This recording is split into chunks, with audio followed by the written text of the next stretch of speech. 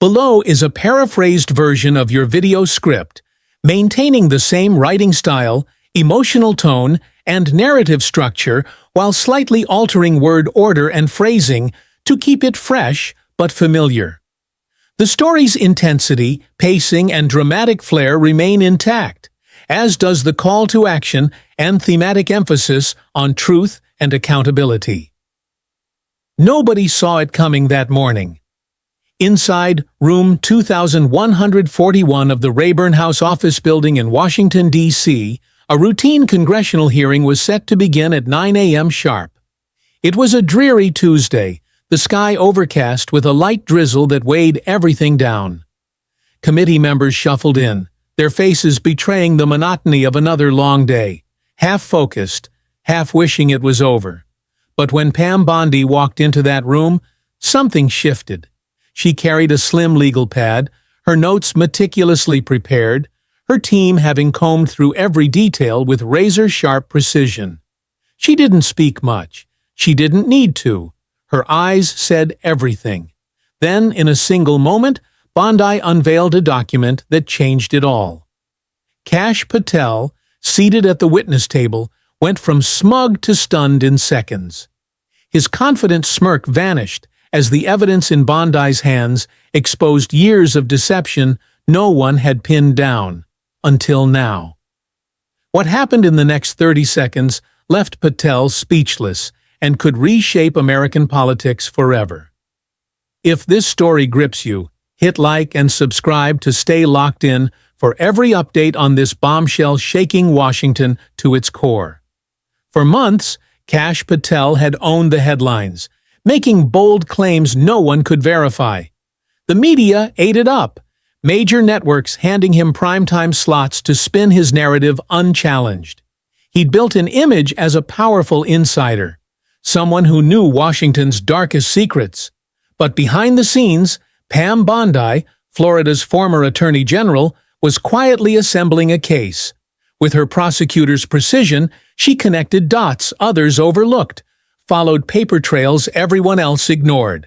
While Patel dominated the airwaves, Bondi worked in silence, building an airtight case. At the witness table, Patel looked at ease. His tailored jacket fit perfectly, his tie a touch too flashy for the room.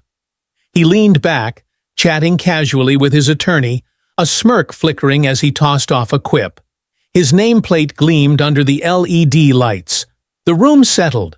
Cameras from C-SPAN and news outlets zoomed in. Microphones glowed red. Chairs creaked. There was that electric hush just before the gavel fell, the kind you only notice when you're waiting for something to break. Committee Chairman DuPont opened the session, laying out the day's agenda. Patel was there to address questions about internal communications, tied to a high-profile intelligence review from the previous year. Nothing explosive was expected, just clarifying prior testimony's inconsistencies. Or so they thought. The stakes were enormous. This wasn't just about one man's credibility, it was about the integrity of America's intelligence community, about whether the powerful could sidestep the rules, about whether truth still held weight in Washington. The early questions were routine: dates, timelines, procedural details. Patel answered smoothly, his responses clipped and rehearsed, like someone who drilled his lines for days. Then, about 30 minutes in, it was Bondi's turn. The chairman nodded her way, and she adjusted her microphone. "Mr. Patel," she began, her voice steady, "in your last testimony before this committee, you stated you had no written communication with Mr. Devlin about the March 14th briefing, correct?" Patel glanced sideways. "That's correct," he said, nodding once. "That's what I testified." Bondi didn't look up from her notes. She reached down, flipped a tab, and pulled a single sheet from a small folder. No theatrics, just cold ink on plain paper. "I'm entering into the record a memo dated March 13th, she said, "sent from your personal email to Mr. Devlin's private account. It details, word for word, specifics of that March 14th briefing." A chair creaked behind the witness row. Patel blinked. "That's not possible," he said, his voice flat. "That email must be misattributed." But Bondi kept reading, quoting directly. Each line landed like a quiet blow. The memo was precise, time-stamped, and copied to 2 other staffers. Patel's signature sat at the bottom. The room's tension spiked. Chairman DuPont interjected, seeking clarification. Patel leaned into his mic, stumbling slightly, trying to pivot, but his rhythm was gone. Bondi's voice never wavered. She didn't need to shout. Every word carried weight. "I'll move to my next question," she said, "but this is just one of many discrepancies we've uncovered." Before she could continue, зрение Пател поднял руку, его тон был более резким. "With all due respect, Representative," he said, the word respect dripping with irritation, "that email doesn't tell the full story. There's context you're missing." Bondi didn't flinch. "Then provide that context now," she replied, turning a page in her folder with deliberate calm. Patel leaned closer to his mic. "If someone on my team drafted that and it was misattributed to me—" "You signed it," Bondi cut in, still composed. "The signature matches 3 others we've archived from the same email address. Same font, same metadata. Shall I read those into the record too?" A murmur rippled through the gallery. Patel's jaw tightened, his confidence cracking. He shifted in his seat. "I don't recall signing that," he said quickly. "Good thing we don't rely on memory alone," Bondi replied. Patel's attorney gripped his arm under the table, a subtle warning to stop talking. Bondi's aide slid her another paper, this one in color. "This," Bondi said, lifting it slightly, "is a screenshot of your encrypted text exchange with Mr. Devlin, sent the day after the memo. You referenced it directly. That memo's locked, clean, and off the radar, just like we planned. Care to explain what that means?" Patel let out a short, nervous laugh. "You're seriously bringing screenshots now?" Bondi's expression didn't shift. "Do you dispute the content?" "No, I'm saying you're turning private, informal exchanges into a political circus." "These were about a federal intelligence briefing," Bondi said, her voice even, "not a lunch order." The room tightened. Even committee members who'd been half distracted were now riveted. Chairman DuPont adjusted his glasses, glancing at Patel's silent lawyer. He cleared his throat. "Mr. Patel, you may answer or invoke your Fifth Amendment rights, but this committee takes perjury seriously." The word perjury hung heavy. Patel's jaw clenched. "There's no perjury," he snapped. "This is a smear, and I'm not sitting here while you play games." "You're here because something doesn't add up," Bondi said, her tone unflinching, "and Americans deserve answers." Patel's eyes flicked to the chairman, then down. "I've had enough," he said, his voice rising. "You've made up your mind, and I'm not sitting here while you cherry-pick private conversations for your narrative." He stood, deliberate, cold. His lawyer scrambled to gather papers, trailing behind. The chairman's gavel struck 3 times. "Mr. Patel, you are under oath and required to remain until dismissed." But Patel kept moving, shoving past a junior staffer who stumbled back. In the hallway outside, room 2141, reporters surged, cameras flashing as Patel stormed through, his lawyer hissing urgent warnings caught by microphones in fragments. Worst possible move. Contempt charges. Inside, the room fell into a strange silence. Not tense, not calm, just disoriented. He wasn't supposed to leave. The chairman had just said so. Yet there he was, coat slung over his shoulder, exiting like he was done with a bad interview. For 5 seconds, no one moved. Then chaos erupted. Staffers whispered frantically, reporters grabbed their phones, a CNN producer stepped out to call the news desk. A Sacramento anchor was already live in the hallway, one AirPod in, shoes off. Amid the frenzy, Bondi's aide slid a new folder across the table. Bondi opened it, and her face tightened, still composed, but with a flicker of resolve. The hearing was about to take a darker turn. "We'll pause here," Bondi said, her voice cutting through the noise. "Not to play games, but because there's one more document I need to enter." She nodded to her aide, who tapped a keyboard. A screenshot appeared on the screen behind them. Black background, white text, a chat between Patel and someone saved as W staff line. The message read, "Don't mention it in email. If she asks, deny it. She won't dig deeper." The room went silent. Even the photographer's shutters stopped. A committee member leaned forward, adjusting his glasses as if he couldn't trust his eyes. "This message," Bondi continued, "was sent 2 hours after Mr. Patel's sworn testimony last December, where he claimed all communications about the security protocol were properly documented through official channels." Outside, Patel's attorney paced in the hallway, flanked by 2 assistants, one on the phone, one typing furiously. "He has to come back," the attorney muttered. "Walking out on live TV is bad enough, but if she's got more, he needs to get ahead of it." "Where is he?" an assistant asked. "In a car, 2 blocks away," the other replied. "Says he needs a minute." "He doesn't have a minute," the first snapped, glancing at her phone. "It's already trending." Inside, Chairman DuPont conferred with the committee counsel, then addressed the room. "We'll recess for 15 minutes to allow Mr. Patel to return. His counsel has been informed that failure to comply could lead to contempt proceedings." For the next 15 minutes, speculation exploded, inside the room and online. Patel walkout trended within minutes. Cable news anchors scrambled for legal analysts. Phones buzzed with alerts. At exactly 14 minutes, Patel returned. No theatrics this time, just a quiet entrance through a side door. His coat was off, his face hollow. No smirk, no quips, just the look of someone who'd been told backstage the story was no longer his to control. Chairman DuPont's gavel struck 3 times. "We resume with additional evidence from Representative Bondi. Proceed." Bondi adjusted her mic, her movements slow, deliberate. "What you're about to hear was recovered from a Zoom training session last year.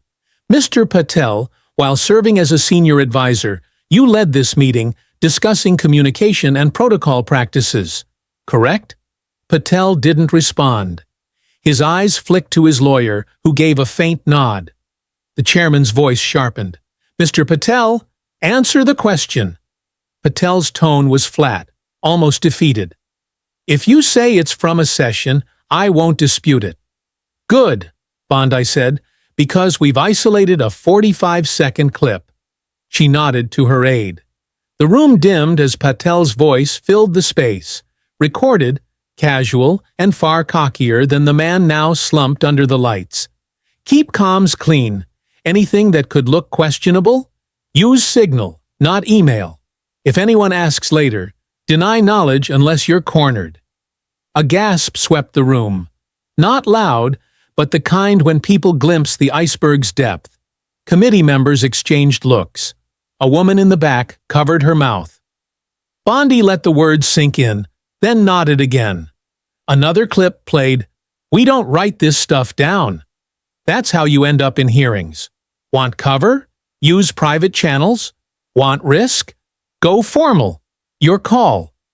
The audio was unmistakable, undeniable. In the hallway, an intern watching on a nearby screen whispered, "She's got him dead to rights." Patel stared at the table, all fight drained. His shoulders sagged. His lawyer whispered urgently, but Patel didn't react. For the first time, he looked like a man who knew the game was up. Chairman DuPont leaned forward, his voice grave. "Mr. Patel, is that your voice?" Patel swallowed, the motion visible across the room. "Yes," he said, barely audible. "Do you retract any of those statements?" A long pause. The room held its breath. Patel's lawyer touched his arm, but he brushed it off. No, he said, the word heavy, final. Phones lit up as staffers texted the admission to bosses and reporters. Bondi leaned forward, her voice steady but sharp with conviction. Let the record reflect that these weren't casual remarks. These were directives from someone with clearance, someone who knew better, someone who deliberately undermined transparency. Safeguards meant to protect our democracy. Patel said nothing, his once sharp eyes now vacant. Why did you issue these instructions? Bondi pressed, persistent but not aggressive. After a moment, Patel looked up. I was following a playbook, he said, his voice empty. One we all knew, one that worked. A murmur stirred. Bondi's grip tightened on her pen. And who is we, Mr. Patel? Patel hesitated. His lawyer whispered again, but he seemed past caring. The policy team, he said finally. At least 5 of us? Were you directed to keep those communications off the record? His voice dropped to a whisper. Yes. By whom? He shook his head slightly. I'd rather not say here. Bondi didn't press further. Not yet. But the room's energy had shifted from drama to consequence. Outside, cable news anchors fumbled on live TV. Headlines updated. Patel admits to playbook hiding communications. The chairman's gavel fell, his face stern. This hearing will enter an extended review. All testimony will be forwarded to the Oversight Committee, and legal counsel will coordinate with the Department of Justice on potential perjury and obstruction charges. Just like that, the story pivoted from scandal to criminal probe. Within hours, the clips went viral. News trucks powered up satellite feeds. Inside the Capitol, Bondi leaned toward her aide, Brenda. We didn't even seek that clip, she whispered. It came anonymously. Brenda blinked. Someone sent it? No, Bondi said. Someone wanted it. Found. That was the turning point, because whoever leaked that audio knew the storm it would unleash, and sent it anyway. It began 2 weeks earlier, 4 blocks from the Capitol. Melinda Kash, a sharp-eyed 28-year-old aide, worked in the Intelligence Subcommittee's basement archive. Her job was unglamorous, sorting transcripts, flagging duplicates, refiling clutter no one else touched. But Melinda listened. One afternoon, she overheard 2 staffers mention a ghost drive, a USB no one could officially acknowledge. They laughed about it. Melinda didn't. She noted the name, W Staff Line. She traced it through old emails, finding 4 hits, all tied to one inbox. Patel's? That was the thread she pulled. The whole fabric unraveled. Melinda didn't tell a soul. Not her boss, not her roommate. She compiled her findings, verified them, and sealed them in an unmarked envelope. For 4 days, it sat in her apartment.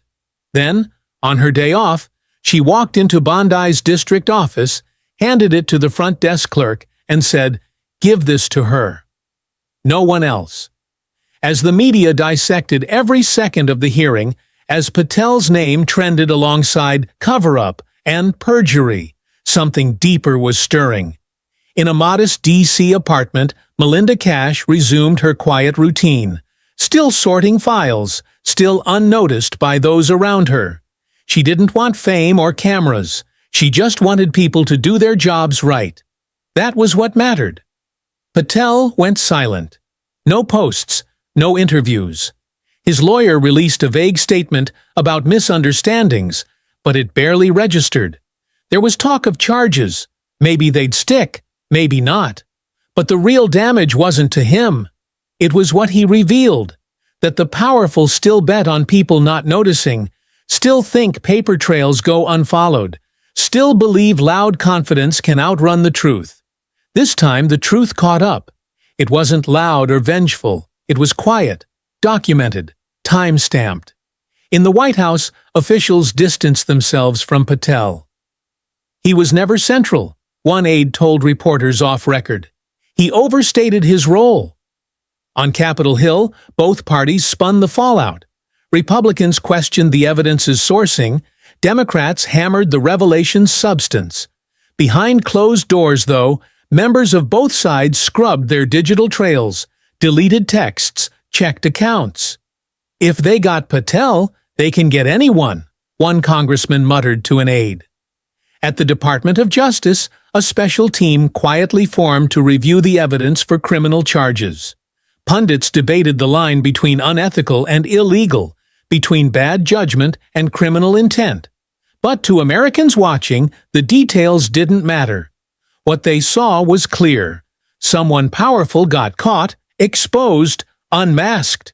The clip of Patel saying, "Deny knowledge unless you're cornered," became a viral meme, shared thousands of times with captions like, "Government transparency in action," and "Why we don't trust them."